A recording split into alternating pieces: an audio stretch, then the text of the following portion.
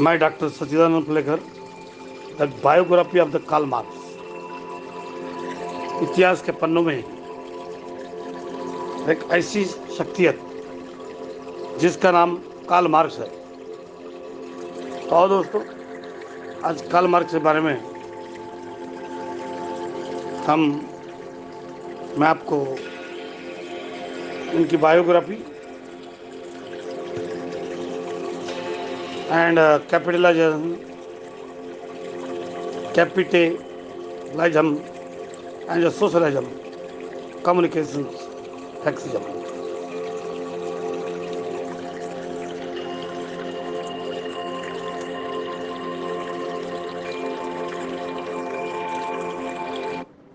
दोस्तों, हम एक महान शख्सियत जहाँ रशिया, चाइना और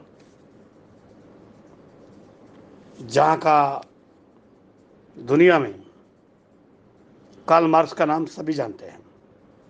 महात्मा फुले, जिनको टीबी हुई, उनके मरने में सिर्फ एक ही आदमी थे, लेकिन महात्मा फुले ने सावित्री देवी के नाम दुनिया में सब जानी जाती है। कार्ल मार्क्स के मौत में सिर्फ 4 लोग थे कंधे पर, लेकिन कार्ल मार्क्स ऐसी शख्सियत है। Karl Marx, German philosopher, author of the and information by doctor Sachchidanand Phulekar. तो आओ दोस्तों, कार्ल मार्क्स के बारे में हम जान रहे हैं, उनकी फिलॉसफी को हाथ लगा रहे हैं। मैं भी रशिया में जाकर आया और रशिया में कुछ दिन रहने के बाद में कार्ल मार्क्स के फिलॉसफी को जाना। तो आओ दोस्तों, कार्ल मार्क्स का उनकी बायोग्राफी के बारे में आपके सामने हाजिर है। मुझे बहुत सारे लोगों ने रिक्वेस्ट की, तो मार्क्सिज्म कब बताएंगे, कम्युनिज्म कब बताएंगे। तो आज मैं आपको एक तास के अंदर में कार्ल मार्क्स के बारे में इंफॉर्मेशन बताऊंगा। चाइना, सोवियत, न्यू रद्दी कम्युनिज्म की कार्ल मार्क्सिज्म की जो बातें होती है, जो आज बहुत सारे देशों में फॉलो करते हैं, बहुत सारे पॉलिटिकल फॉलो करती है, वो इन्होंने बताया। इन्होंने हिंसा नहीं की, सिर्फ वो थॉट रखा। इनके मरने के बाद देशों में रिवॉल्यूशन आना शुरू हो गया और कैटलिस्ट का था। इन्होंने ये सब चीज़ें लिखी थी क्योंकि कैपिटलिज्म जो डोमिनेट कर रहा था यूरोप में, मिडिल क्लास की, प्रोलेटारिएट की तो हालत हो रही थी कि पूरी तरह से चूस के रख दिया था, एक्सप्लॉयटेशन हो रहा था। उनके कार्ल मार्क्स ने देखा, स्टडी किया, अभ्यास किया। 30 सालों तक लाइब्रेरी में बुक्स पढ़ते थे कार्ल मार्क्स। जब मौका मिलता था बुक्स पढ़ने लगते थे।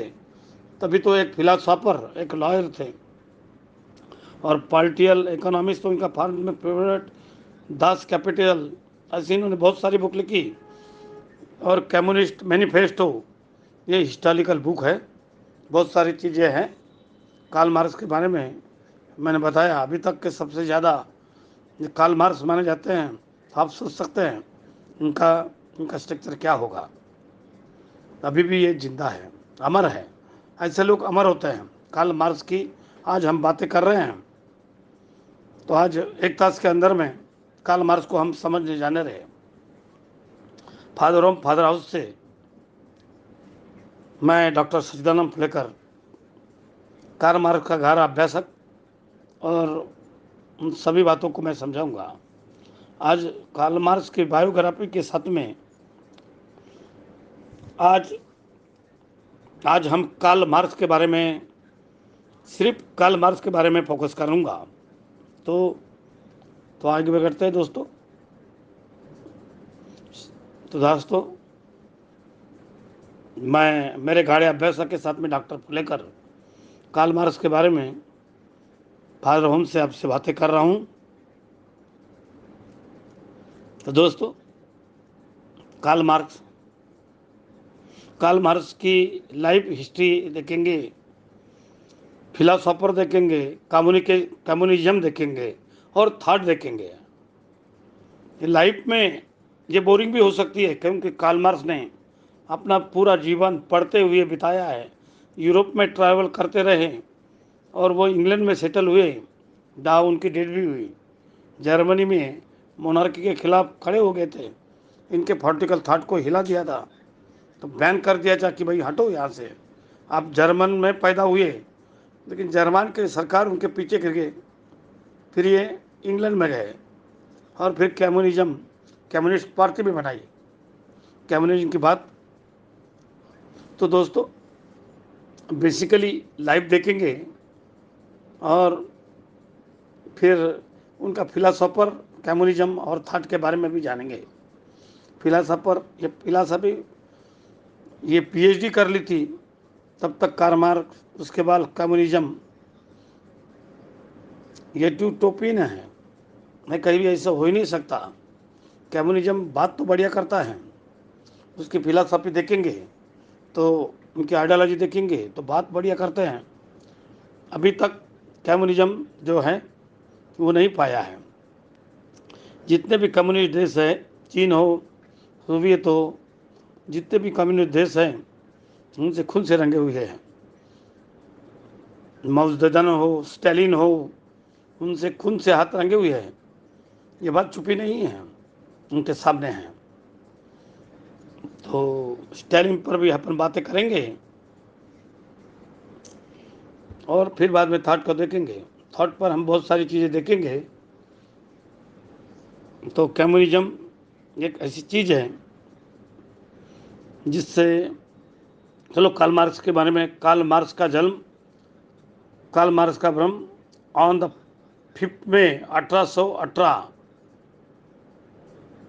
जर्मनी में हुआ था, टाइट टाउन में हुआ था। ये अल्टी हिल्दी फैमिली में जन्म हुआ था। क्रुशिया में एब्सोल्यूट मोनार्की में पूरी मोनार्की फैली हुई थी, राजा रूल करते थे।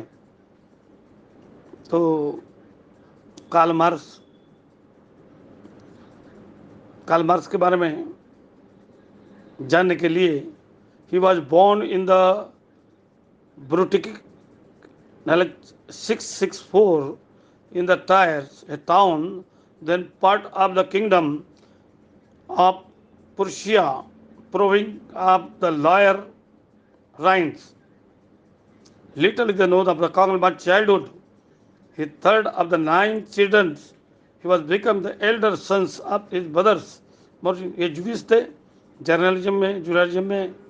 और इनकी माताजी, इनकी जो फैमिली थी, इनके पिताजी लॉयर थे, उनकी फैमिली थी काफ़ी हेल्दी फैमिली थी, अच्छे खासे परिवार से ये ताल्लुक़ रखते थे। अब सोचिए, अक्सर ऐसा कभी फैमिली होती है, एक बच्चे का जन्म होता है कि चांदी का चम्मच लेकर पैदा हुआ है, क्योंकि उसको हर फैसिलिटी मिलती है।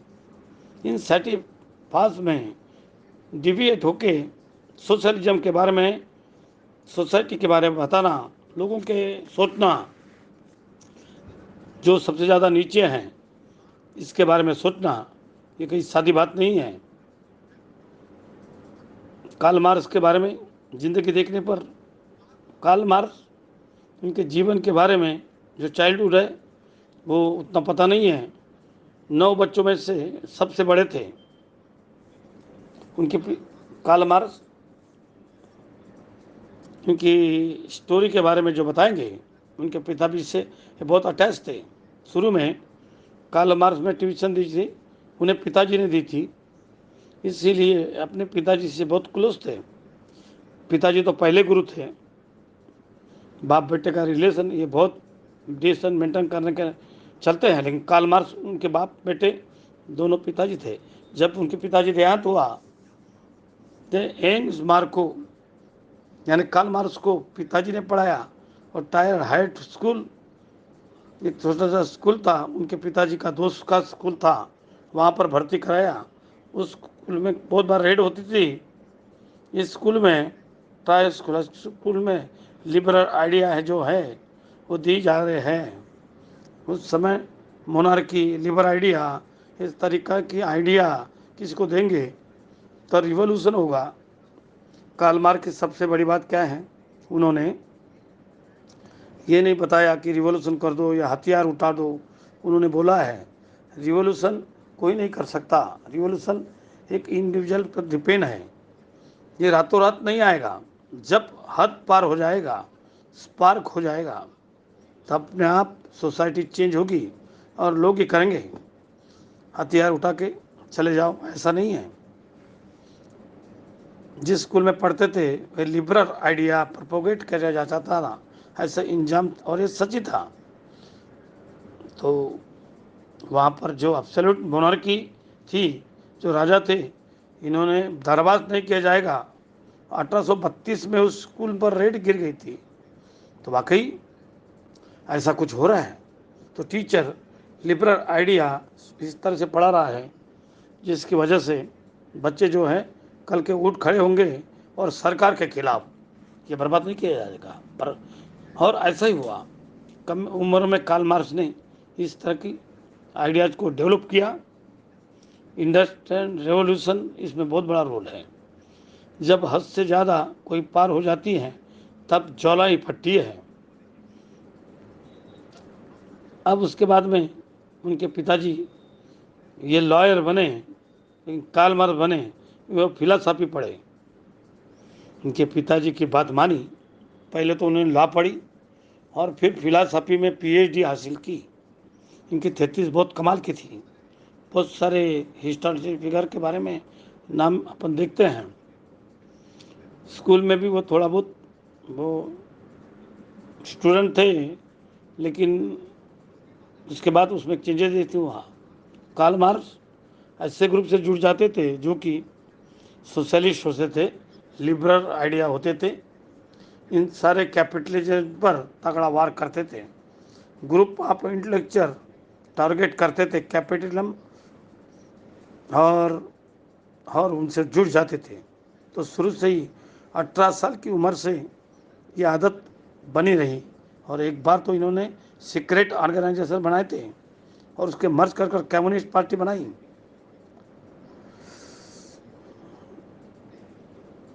तो ऐसा हुआ, इनकी शादी हुई, वो भी अच्छी खासी। जो उनकी बीवी थी जेनी वॉन बेटिपान, उन्होंने जेनी वॉन वॉरी वेस्टफेसन, जो अच्छी अमीर थी, उनसे उनकी शादी जेनी वॉन बेस्ट कौन पहली फिलिस्टीन से शादी थी। ये बचपन से कार्ल मार्क्स को जानती थी और कार्ल मार्क्स से प्यार करती थी। दोनों एक दूसरे से प्यार करते थे। लेकिन जेनी की जो है एंगेजमेंट तय हुई थी एक अमीर लड़के से, लेकिन कार्ल मार्क्स के चक्कर में मुझे किसी से शादी नहीं करना है। प्यार हो तो ऐसा, आजकल ऐसा नहीं होता है। तो कार्ल मार्क्स से प्यार को बहुत जेनी ने महत्व दिया और कार्ल मार्क्स से शादी की तरफ प्रस्थान किया। अपनी एंगेजमेंट तोड़ के जेनी ने कार्ल मार्क्स से शादी की। 1836 में एंगेजमेंट हुई और 1843 में शादी। 36 में दोनों लॉ की डिग्री ले ली और फिर जर्मन में गए थे, यूनिवर्सिटी ऑफ बॉर्न। वहाँ पर जर्मनी में जो पढ़ाई हुई वो 1836 में बहुत बड़ी चीज़ होती है। यहाँ पर एक माइंड सेट है वो चेंज हो गया जब कि कार्ल मार्क्स ने GWF हीगल को पढ़ना शुरू कर दिया। जर्मन फिलासफर थे, आइडियलिज्म मेटरिज्म की बातें करते थे और बाद में हीगल से ही कार्ल मार्क्स का मेटेरियलिज्म, डाइलेक्ट्रिक आइडियलिज्म। तो GWF इतना प्रभावी हो गए थे कि इन्होंने ग्रुप ज्वाइन करवा दिया था। डॉक्टर्स क्लब था, वही ग्रुप था जो हीगल की आइडिया को डिस्कस करता था। ये रेडिकल थिंकर थे, इनको रेडिकल थिंकर।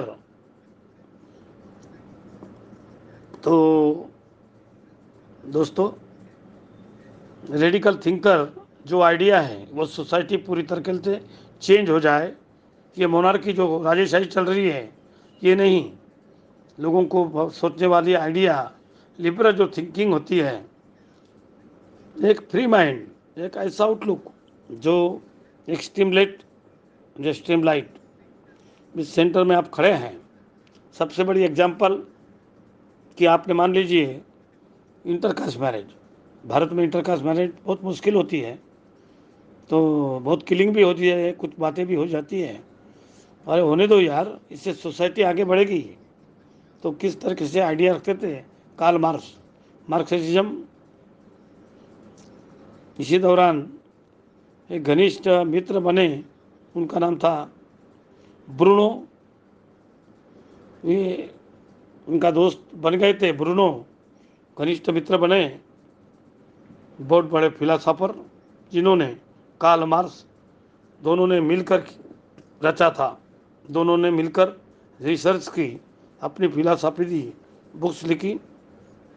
उस समय ना कोई टेलीविज़न, ना कोई मीडिया, ना व्हाट्सअप, ऐसे कुछ भी नहीं था जिसके कारण आपके विचार को लोग को चेतना जाए तो अपने राइटिंग से।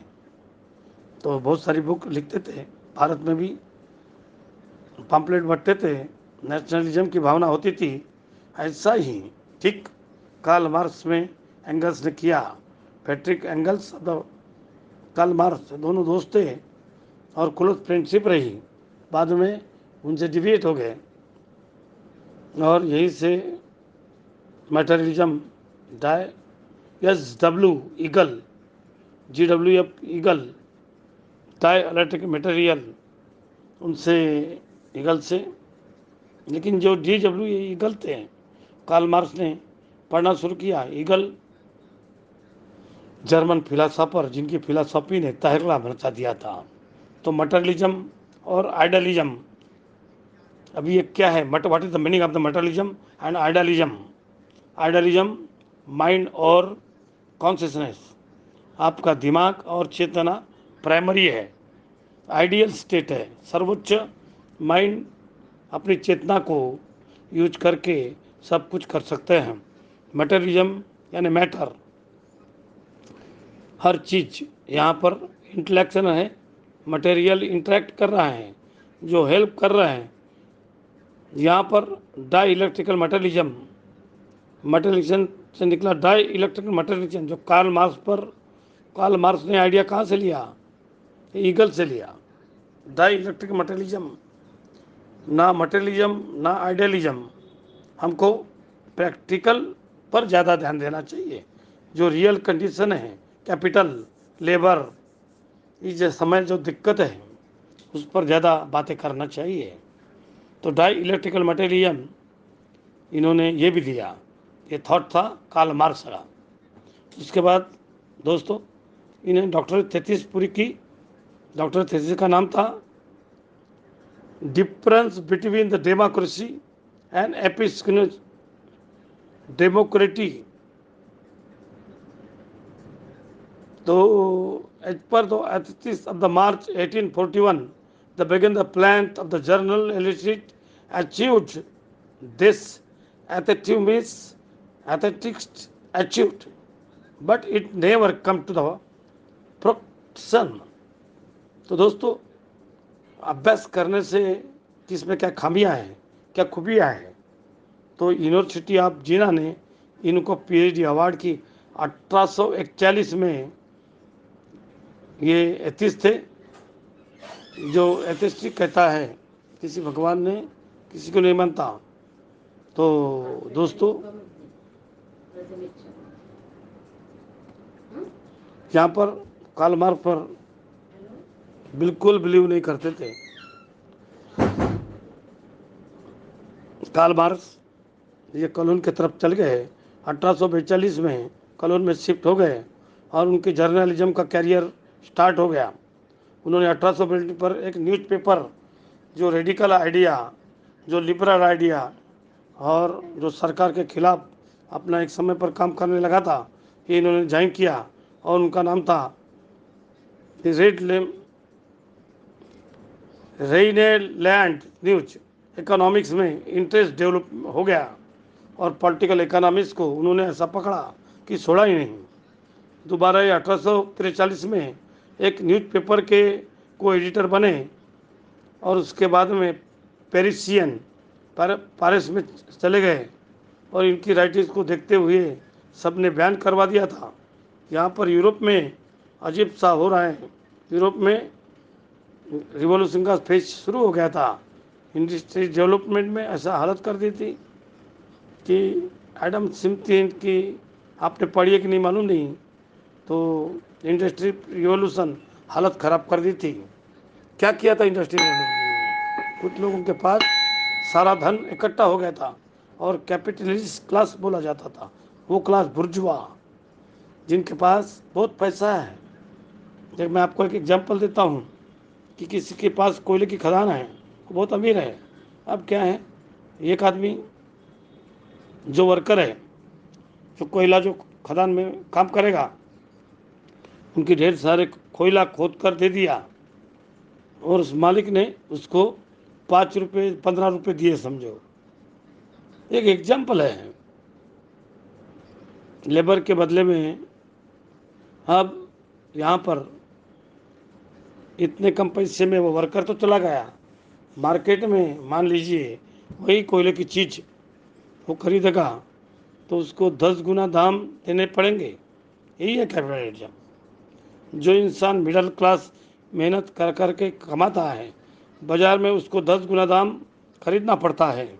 यह है कैपिटलिज्म। तो इस पर मार्क्स ने टारगेट किया। इसी के चक्कर में रिवॉल्यूशन आने लगा। इंडस्ट्रियल रिवॉल्यूशन बहुत अमीर कर दिया था। आज हमारे देश में भी यही हो रहा है। ये मशीन काम हम लोगों के पास में नहीं थी, ये बड़े बड़े लोगों के पास में थी। उसी मशीन के बदौलत पर उन्होंने कमाई करना शुरू कर दिया था और उसके बाद लोग उठ खड़े हुए और कार्ल मार्क्स के कैटलिस्ट से तरह कार्ल मार्क्स मृत्यु के बाद ये जो आइडिया है पहले शुरू हो गए। तो आपको ये बातें समझ में आएगी। अगर कोई प्रॉब्लम होगा लेकिन आप डिटेल कार्ल मार्क्स के इसमें जाइए और सुनिए। तो कार्ल मार्क्स एक छोटे से टाइम पर मुझे आपको बताना है। और फिर on the 28 August 1884 Karl Marx the German socialism the प्रेडिसेस Engels beginning the life long friendship सुन। Karl Marx and Engels were collaborating of the criticism of the philosophical idea of the Karl Marx form friends Bruno ब्रिज। Karl Marx ने Jews के बारे में बोला था, जिसमें ये बातें लिख के दी थी कि टोलेट्रप वॉज अ रिवोल्यूशनल फोर्स जो सर्व आ रहा है। ये टोलेट्रेट होते कौन हैं? जो हम मिडिल क्लास हैं, जो काम करते हैं, जो किसी इकोनॉमिक्स को हम ही काम करते हैं। वर्कर काम नहीं करेंगे तो इकोनॉमी कैसे चलेगी? लेकिन जब ज़्यादा एक्सप्लॉइटेशन होगा, ये बहुत दिनों बाद होगा, एक दिन होगा ज़रूर, तब ये रिवॉल्यूशन के रूप में सामने आएगा। कहीं पर हिंसा होगी। फ्रेंच रिवॉल्यूशन में क्या हुआ था? यही हुआ था। जब सबसे ज़्यादा तकलीफ हो रही थी तो सबका गुच्छा पूरी मोनार्ची को उद्ध्वस्त कर दिया था। यही चीज़ 1844 में कार्ल मार्क्स में एक टर्निंग पॉइंट आता है, जब जर्मन में सोशलिस्ट फ्रेडरिक एंगल इनकी लाइफ फ्रेंडशिप होती है एंगल के साथ, इंग्लैंड के साथ। तो कार्ल मार्क्स इंग्लैंड में गए थे, वो चार्टर थे, उनसे मिलने गए थे। कार्ल मार्क्स जहाँ पे जाते थे उनको लाइब्रेरी दिख जाती थी, वहीं पर ही वो रहते थे, पढ़ते थे दिन रात। 30 साल वो पढ़े, मजाक की बात नहीं है। जैसे बाबा साहेब आम्बेडकर और कार्ल मार्क्स, इनकी दोनों की रीडिंग देखने लायक थी। कार्ल मार्क्स और डॉक्टर आम्बेडकर एक ऐसी, लेकिन बाबा साहब ने बुद्ध को माना, कार्ल मार्क्स का आगे का खतरा देखा, इसलिए बाबा साहब ने बहुत सारी बातें इनके बारे में लिखी हैं। इंग्लैंड में, यूरोप में वर्किंग कंडीशन में अच्छी नहीं थी और यहाँ पर बोल दिया था कि सोशल क्लास जो है, जो एजेंट है रिवॉल्यूशन के, सोशल क्लास जो एजेंट है उठ खड़े होंगे, सब कुछ उद्ध्वस्त हो जाएगा। उसके बाद दोस्तों उन्होंने आउटलाइन थी आगे आने वाली इनकी बुक, बहुत ज़बरदस्त थी, दास कैपिटल। जो कैपिटलिज्म कार्ल मार्क्स ने बताया था, 3 आइडिया पर बेस है, 3 आइडिया पर बेस है। सबसे पहले हीगल के डाई इलेक्ट्रिक्स, उसके बाद फ्रेंच यूथ सोशलिज्म, और फिर इंग्लिश इकोनॉमिक्स, ये बाउंसर था। तो दोस्तों कार्ल मार्क्स की फिलॉसफी इन शॉर्ट में कार्ल मार्क्स ने उनके कोर्स सजाकर कैपिटलिज्म को समझा। ये बुक आउटसाइड में जो बुक्स इन्होंने, जो कार्ल मार्क्स के जीवन में जो इवेंट हो रहे थे, ये अपने किताब में निचोड़ कर अपने किताबों में इन्होंने जो बनाया, ये अपनी किताब में उतारा और इतने में लोगों को बताया। इस मेथड से आप उठ खड़े हो सकते हैं, आपको समझ में आएगा। तो हालांकि कार्ल मार्क्स ने मटेरियलिज्म आइडियलिज्म को क्रिटिसाइज करना शुरू कर दिया था। Matter is the fundamental substance, all things all the intellectual matter है और आइडियलिज्म है, और ये माइंड से डील कर रहा था। कार्ल मार्क्स बोल रहे थे नहीं, कुछ नहीं, रियलिटी सबसे बड़ी इम्पोर्टेंट है। अभी जो हो रहा है, जो हमको तकलीफ हो रही है, हमको उसको टारगेट करना है। अब उसके बाद कार्ल मार्क्स ने बहुत सारे ऐसे एग्जाइट सोशल लोगों से, जब इन्होंने ये पेपर ज्वाइन किया था, तो ये पेपर था during the time of this lived in the 38 venues in the Paris from the October 1843। उसके बाद कार्ल मार्क्स ने in the 1845 after reaching the requested of the Prussian, France में न रह सकते, ना जर्मनी में रह सकते थे, सरकार की सत्ता हटो यहाँ से, तो ब्रुसेल्स में रहने लगे। और वहाँ पर इन्होंने गतिविधियों पर लगाम नहीं लगाई, और वहाँ पर जितने इंटेलिजेंट थे, सोशलिज्म की बातें करते थे, उनके साथ और कोलैबोरेशन और से दोस्तानी करवा ली। फरवरी 1845 की बात है, ये ग्रुप सा बन गया था। बेलगुम गियम उनके लंगोटी यार, फ्रेडरिक एंगल भी उनके साथ थे, ब्रुसेल्स पे वहाँ से आ गए थे, जर्मन से ब्रुसेल्स में आ गए थे, कार्ल मार्क्स के साथ में रह सके, उनकी आइडिया को साझा कर सके। उसके बाद दोस्तों मिड जुलाई 1845 में कार्ल्स और एंगल जाते हैं इंग्लैंड पर चार्टिस्ट मूवमेंट था। 1813 1857 तक एक रिफॉर्मल मूवमेंट पढ़ाते थे। पॉलिटिकल रिफॉर्म की मोनार्की को पूरी तरीके से बदलकर एक नया स्ट्रक्चर लाने की बातें हो रहे थे।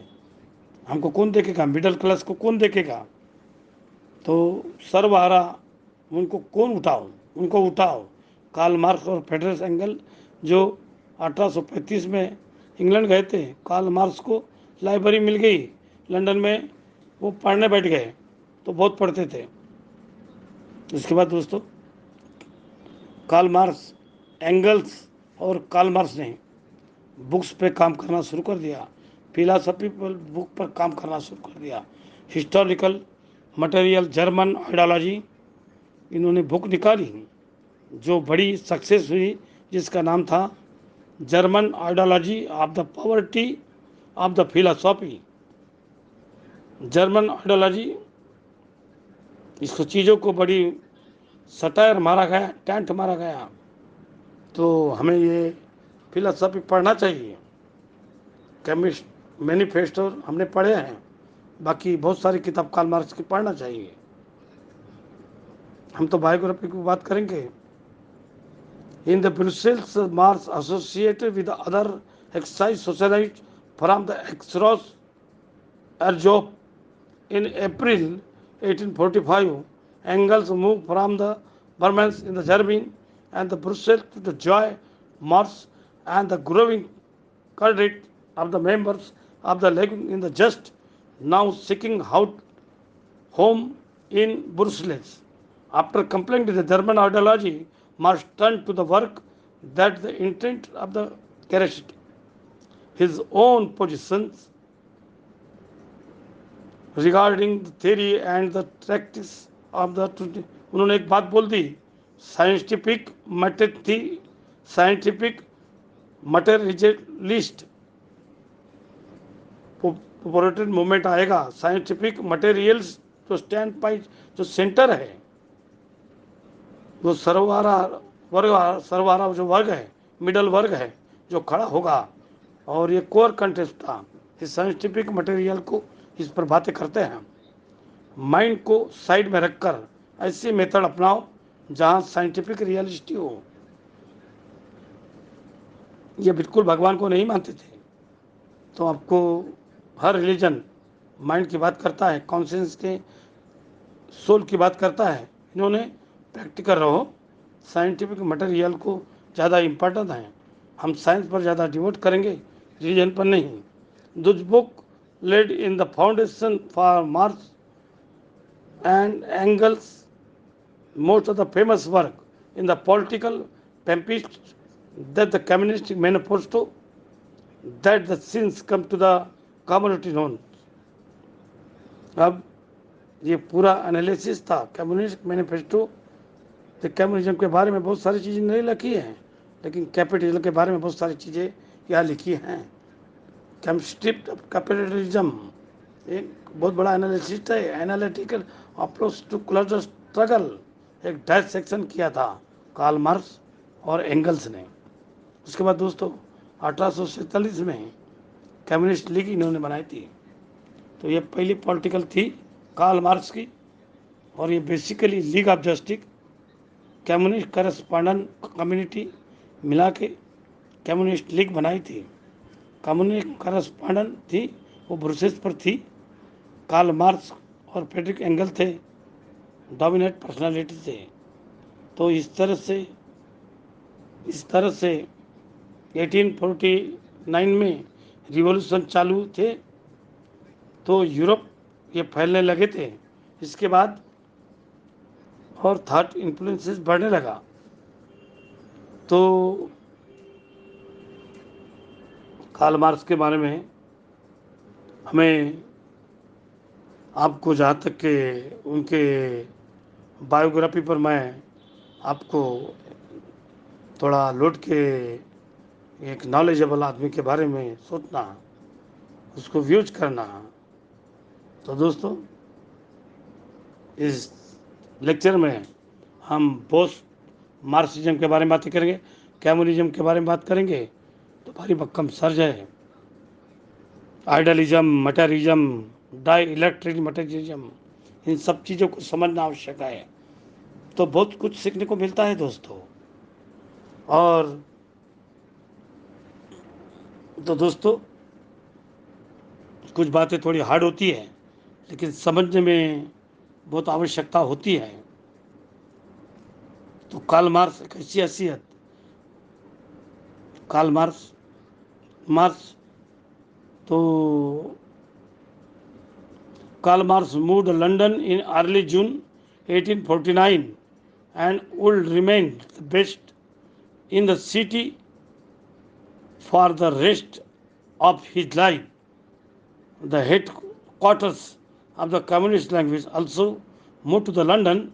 Marx maintained that the would spell down doom in the communal language itself। इनकी राइटिंग को बैन किया जाता है। और हमने जो कवर किए थे 1849 तक के बातें बताया था। उसके बाद कार्ल मार्क्स और फ्रेडरिक एंगल ये दोनों दोस्त थे और दोनों फिलासफर थे, वो ज़िंदगी भर रहेगी। दोनों ही के फिलासफी थी जो कैपिटलिज्म आया था उसको हटा दिया जाए, रिवॉल्यूशन से हटा दिया जाए। लेकिन मार्क्स का मानना था एकदम से तो नहीं आएगा, धीमे धीमे एक एक इंसान की चेतना जागेगी, अपने आप रिवॉल्यूशन आएगा, कैटलिस्ट का काम करेगा, लेकिन एकदम से नहीं आता है। फ्रेडरिक एंगल थे, कार्ल मार्क्स, दोनों लोग, ये पूरा मूवमेंट चला रहा था 1837 से 1857 तक के पूरा रिवॉल्यूशन चालू हो गया था। जो कैपिटलिस्ट पूरी क्लास थी उसके खिलाफ यूरोप में एक रिवॉल्यूशन चालू हो गया था, हटाओ। और 84 में हटाओ 1818। तो 1849 में इनका फ़ायदा, Karl Marx Friedrich Engels London गए थे और चार्टिस्ट से भी मिले थे। फिर कम्युनिस्ट लीग बनाई थी कम्युनिस्ट लीग पहली मार्क्स की पार्टी थी जो फिलासॉफिकल पार्टी थी। 1847 में इनको बनाया गया था लंदन में, लेकिन दो ग्रुप का मर्जर था, एक लीग ऑफ जज, एक कम्युनिस्ट करस्पॉन्डेंट कमिटी, जिसके फ्रेडरिक एंगेल्स और कार्ल मार्क्स डोमिनेट पर्सनालिटी थी। इन दोनों को मर्ज करके कम्युनिस्ट लीग बनाई गई थी। ऐसा था, संस यूरोप में बहुत सारी दिक्कतें चालू थी तो कम्युनिस्ट लीग का विभाजन हो गया था। एक टक्का ऐसा बोल रहा था कि हम इमीडिएट लोगों को कन्वेंस करके रिवोल्यूशन करते हैं और ये मोनार्की है, हम नीचे लाते हैं। लेकिन कार्ल मार्क्स बहुत ही ज़्यादा समझदार थे, ऐसा मत करो, हम हार जाएंगे, अभी हमारी इतनी ताकत नहीं बनी है कि इतने बड़े एम्पायर से पंगा ले सकते हैं। थोड़ा सा शांत रह के सुसाइडल अटैक होगा और हम आसानी से पुलिस द्वारा हमारा मूवमेंट को क्रस्ट हो जाएगा, तो थोड़ा ध्यान दो, इस तरह की हमको चीज़ नहीं करनी है। अब दोस्तों, लंदन में ही कार्ल मार्क्स का जीवन बिताया था, क्योंकि ना फ्रांस में जा सकते थे ना जर्मनी में जा सकते थे, दोनों ही जगह कार्ल मार्क्स आते तो इनको पकड़ पकड़ के टॉर्चर किया जाता, बैन की दी थी उनकी राइटिंग।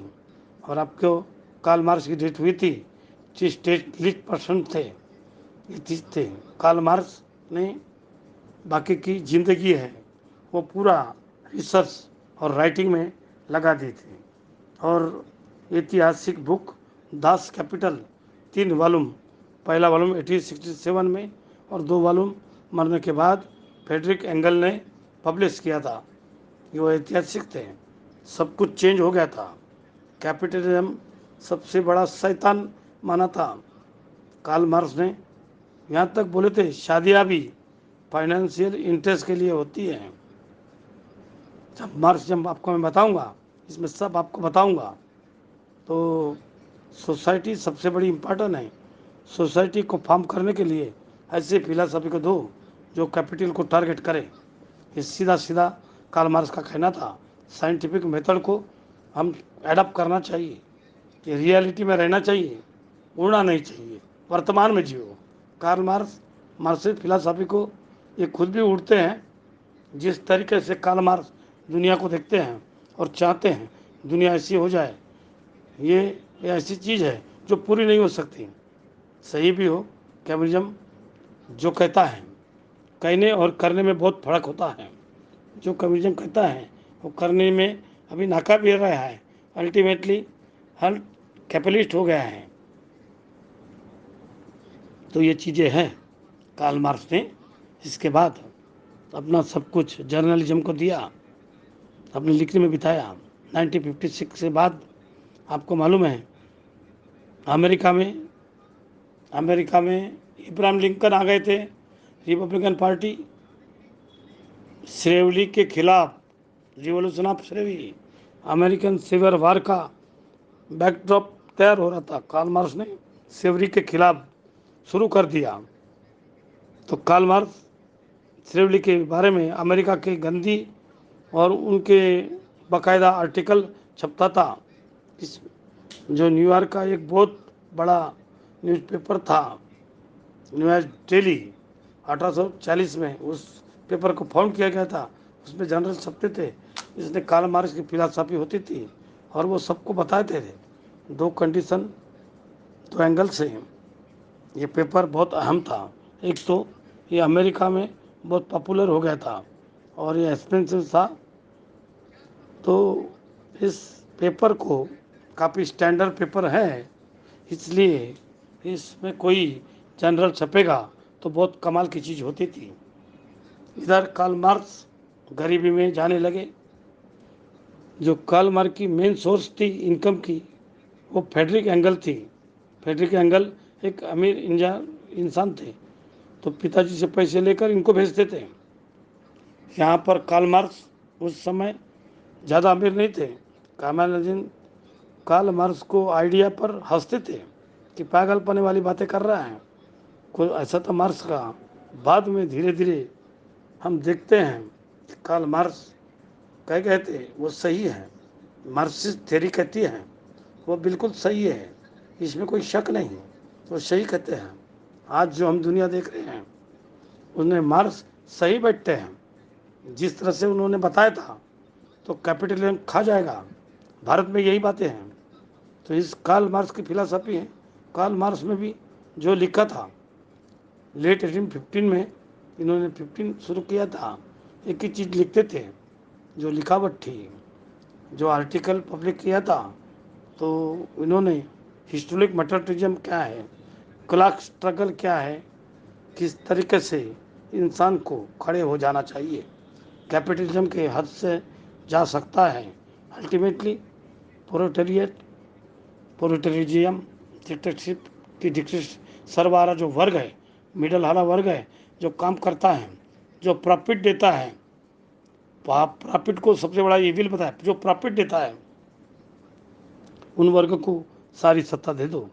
कम्युनिज्म इस पर ही बेस्ड है, लोगों को सब कुछ दे दो, जो वेल्थ है, जितना प्रॉफिट है कुछ लोगों के हाथ में, जितनी वेल्थ है वो डिस्ट्रीब्यूट कर दो।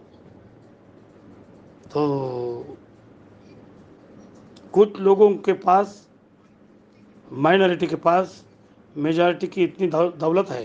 ये कैपिटलिज्म का सबसे बड़ा एग्जाम्पल है। अमीर अमीर हो रहा है, गरीब गरीब हो रहा है। इनको पूरी तरीके से कार्ल मार्क्स ने टारगेट करना शुरू कर दिया था। दूरदर्शी थे, पढ़ने का बहुत शौक था, उनके लाइब्रेरी में पढ़ पढ़ कर बहुत बड़ा पढ़ते थे। The successful sale of the a contribution of the critique of the political economy stimulated Marx in the early 1860 to finish work in the three-layer volume. The word composed is the measures life work, thus capital and the theories of surface value. तो दोस्तों इधर क्या था, बहुत सारे movement चल रहे थे। आपको बता दूं पेरिस में भी 71 में हुआ था, एक बहुत बड़ा लैंडमार्क था। पेरिस में छोटा सा सिविल वार हुआ था 2 महीने के लिए। पेरिस की जनता ने सत्ता को उखाड़ कर फेंका था, अपने हाथ में कंट्रोल लिया था। ये कार्ल मार्क्स को उनके लिए बहुत बड़ी जीत थी। फिर भी जो ये रिपीटेड मेजर थे, जो फिलासफी थी, वो इतना ज़्यादा थी कि जिसके वजह से कार्ल मार्क्स फ्रस्ट्रेट हो रहे थे, उसके लिए उनके लिए भी हो रही थी। लेकिन दोस्तों 1859 में ऐसा होता है जो कमाल। 1859 में कार्ल मार्क्स ने एक किताब लॉन्च की, contribution of the political economy. ये पहला सीरियस वर्क था, ये पहला इकोनॉमिक सीरियस वर्क था। वो बुक थी जहाँ कैपिटलिज्म को डीपली समझाया था। कार्ल मार्क्स को इकोनॉमी से बहुत प्यार था, लेकिन पॉलिटिकल इकोनॉमी उनका कोर सब्जेक्ट था। उन्होंने सब कुछ राइट लेफ्ट को समझा दिया था, लेकिन जो बुक थी ये बेसिकली प्रियो थी। अगली बुक आने वाली थी हिस्ट्रिकल बुक दास कैपिटल, उसका प्रियो थी। 1867 the first volume of the Das Kapital was the published a work which analyzes the capitalized process of production. Karl Marx तक के हमें सीमित रखना है, इनके थॉट विचार करने पर विचार करना बहुत आवश्यक है। दोस्तों 1867 में दास कैपिटल का पहला वॉल्यूम कैपिटल पब्लिश हुआ। इतना ज़्यादा हिट हुआ था रशिया में, जर्मन में पूरी कॉपी बेच गई थी, रशियन लैंग्वेज में ढेर सारी कॉपीज पब्लिश हुई, रातों रात बेच गई। ये बहुत बड़ा हिट साबित हुआ इनकी books. Capital Das Kapital 1867 historical book इसको माना गया है। इसके 3 वॉल्यूम आने थे, तो मैंने आपको बताया चौथा वॉल्यूम बोला जाता है थ्योरी ऑफ वॉल्यूम। तो पहला वॉल्यूम 1867 में पब्लिक हुआ था और 2 वॉल्यूम इनके मौत के बाद कार्ल मार्क्स के मौत के बाद इनके दोस्त, जिगरी दोस्त फ्रेडरिक एंगल ने इसको लॉन्च किया था, पब्लिश किया था। वॉल्यूम 1 और वॉल्यूम 3 के लिए बात करते हैं। 1867 में, 1894 में, 80 और इस तरह से कार्ल मार्क्स की डेथ के बाद में कार्ल मार्क्स फेमस हुआ। तो दोस्तों, process of circulation capital, volume 3 का process of capitalist production. Capitalist deeply समझ लिया था। कैपिटलिज्म की हम बात करते हैं, आपको सबसे बड़ी इकोनॉमी कौन सी होती है? ना कैपिटलिज्म ना कम्युनिज्म। बापू की जो ये परम पूज्य डॉक्टर बाबा साहेब अम्बेडकर की जो किया, महात्मा गांधी सोशलिज्म चरखा चलाओ स्वदेशी बनाओ, लेकिन बाबा साहब ने जो संविधान लिखा उसका तो आज तो महात्मा गांधी को भी गाली देते हैं, कार्ल मार्क्स को भी गाली देते हैं। तो मोदी जी भी महात्मा गांधी को मानते हैं, लेकिन उनके बारे में महात्मा गांधी को बहुत सारी गाली दी जाती हैं। लेकिन जो अच्छी चीज़ें वो लेना चाहिए, तो भी डॉक्टर आम्बेडकर बाबा साहब की जो फिलोसफी है, जो इंडिया का जो कॉन्स्टिट्यूशन है, आज सक्सेसफुल कॉन्स्टिट्यूशन, दास कैपिटल में कौन सी फोर्सेस है जो कैपिटलिज्म को, what are the motivating forces of the capitalism, कौन सी चीज़ें हैं लोग कैपिटलिज्म को मोटिवेट करती हैं?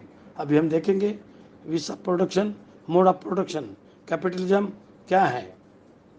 उसके बाद हम लेबर का एक्सप्लॉयटेशन किया जाता है, लेबर को तकलीफ हो जाती है। एक दो लेबर हैं, वो किसी खदान में काम कर रहा है, अगर वो किसी खदान में काम कर रहा है उसको बहुत कम रुपये दिए जाते हैं। 14 मार्च 1983 को 164वें साल में स्टेटलेट person family and the prince of the London buried his body Highgate Cemetery, East London on 17 March 1883. In the area preserved the agonist and the athletes George Eliot's the graves of the nearly. There were between the 9 and 11 monuments of the foreigner.